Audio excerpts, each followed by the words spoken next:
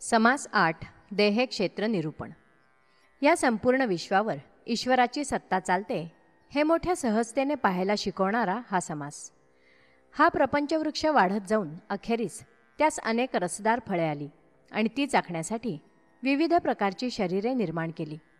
कित्येक शरीरे विशिष्ट विषयाचाच भोग घेऊ शकतात, परंतु माणसाच्या ठिकाणी मात्र सर्व भोग भोगण्याचे सामर्थ्य ज्ञानेंद्रिय आणि कर्मेंद्रियांद्वारे दिले आहे.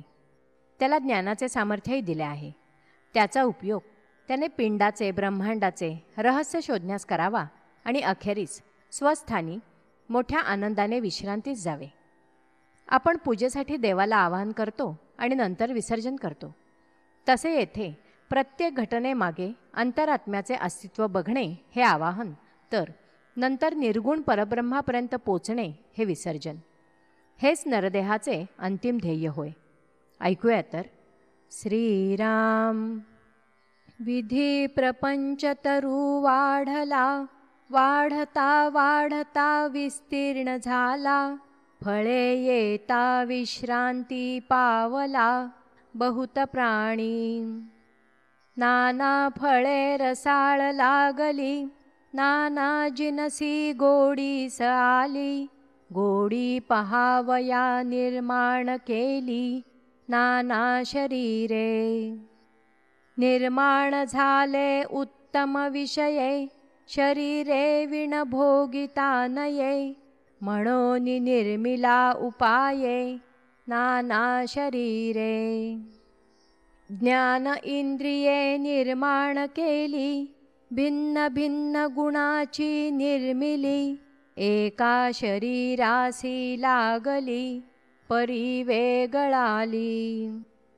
श्रोत्र इंद्रिय शब्द पडिला, त्याचा भेद पाहिजे कळला. ऐसा उपाये निर्माण केला इंद्रियामध्ये. त्वचे इंद्रिये शीतोष्ण भासे, चक्षु इंद्रिये सकळ दिसे. इंद्रियामध्ये गुण ऐसे वेगळाले. कर्म इंद्रिये लागवेगी, जीव भोगी विषया लागी. ऐसा हा उपाये जगी, ईश्वरे केला. अस्तिमाशाचे शरीर, त्यामध्ये गुण प्रकार. शरीरासारिखे यंत्र आणिक नाही. ऐसी शरीरे निर्माण केली, विषय भोगे वाढविली. लहान थोर निर्माण झाली, येणे प्रकारे. अस्तिमाशाचा पुतळा, जेणे ज्ञाने सकल कला. शरीर भेद वेगळा, ठाई ठाई. सकळ करणे ईश्वराला, म्हणून भेद निर्माण केला. ऊर्ध्वमुख होता भेदाला, ठाव कैचा. सृष्टी करणी अगत्य भेद, संहारे सहजची अभेद. भेद अभेद हा संवाद, माया गुणे. मायेमध्ये अंतरात्मा, न कळे तयाचा महिमा.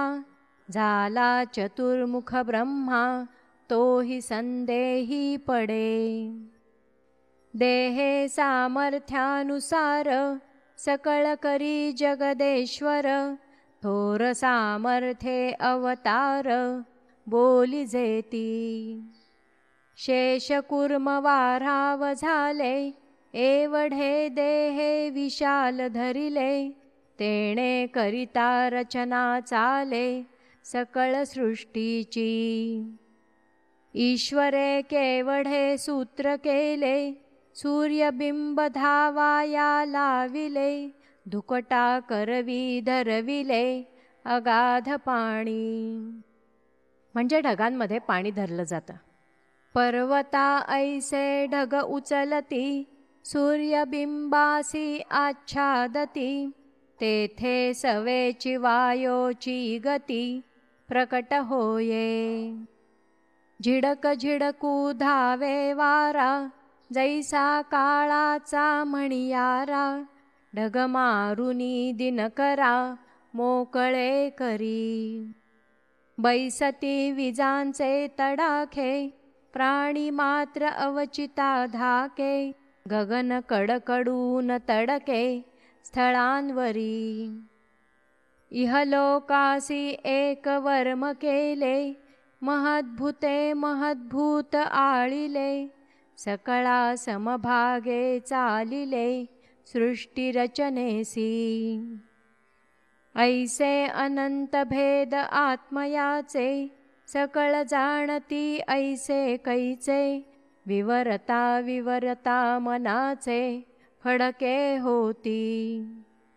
ऐसी माझी उपासना, उपासकी आणावी मना, अगाध महिमा चतुरानना काये कळे.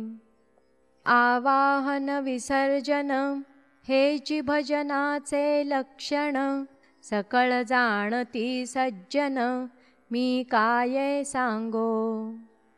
इति श्रीदासबोधे गुरुशिष्य संवादे देहे क्षेत्र निरूपण नाम समास 8वा. श्रीराम.